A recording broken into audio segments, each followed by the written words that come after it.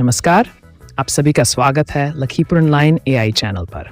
यहाँ हम आपको 15 फरवरी 2025 की ताज़ा और महत्वपूर्ण खबरें प्रदान कर रहे हैं। मणिपुर में सुरक्षा अभियान।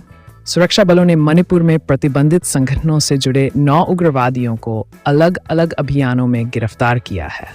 इनमें से 4 को थौबल जिले से अपहरण और जबरन वसूली के आरोप में पकड़ा गया, जबकि 4 अन्य को इम्फाल ईस्ट में इसी तरह की गतिविधियों के लिए गिरफ्तार किया गया। छापेमारी के दौरान एक 33 बोर की पिस्तौल भी बरामद की गई।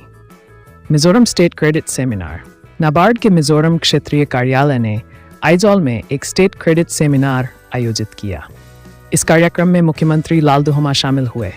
सेमिनार में कृषि और ग्रामीण विकास से जुड़ी पहलों पर चर्चा की गई और स्टेट फोकस पेपर 2025-26 जारी किया गया। त्रिपुरा में उग्रवाद पर चिंता।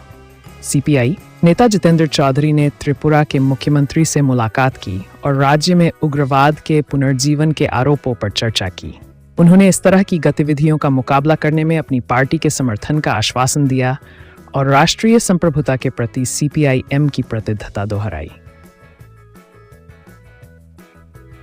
महाकुंभ के लिए विशेष ट्रेनें। उत्तर पूर्व रेलवे ने महाकुंभ मेले के दौरान श्रद्धालुओं की भारी भीड़ को देखते हुए नई दिल्ली से प्रयागराज और वाराणसी के लिए विशेष वंदे भारत ट्रेनें चलाने की घोषणा की है। ये ट्रेनें 15, 16 और 17 फरवरी को चलाई जाएंगी, जिससे यात्रा सुगम और सुविधाजनक होगी। असम में मौसम का हाल। असम और आसपास के क्षेत्रों में घना कोहरा और बारिश होने की संभावना है। तापमान में भारी गिरावट दर्ज की गई है। भारतीय मौसम विज्ञान विभाग यानी IMD ने अगले 5 दिनों के लिए अलर्ट जारी किया है। आपको इन ताज़ा खबरों से अपडेट रखने के लिए हमारे चैनल को सब्सक्राइब करें। धन्यवाद।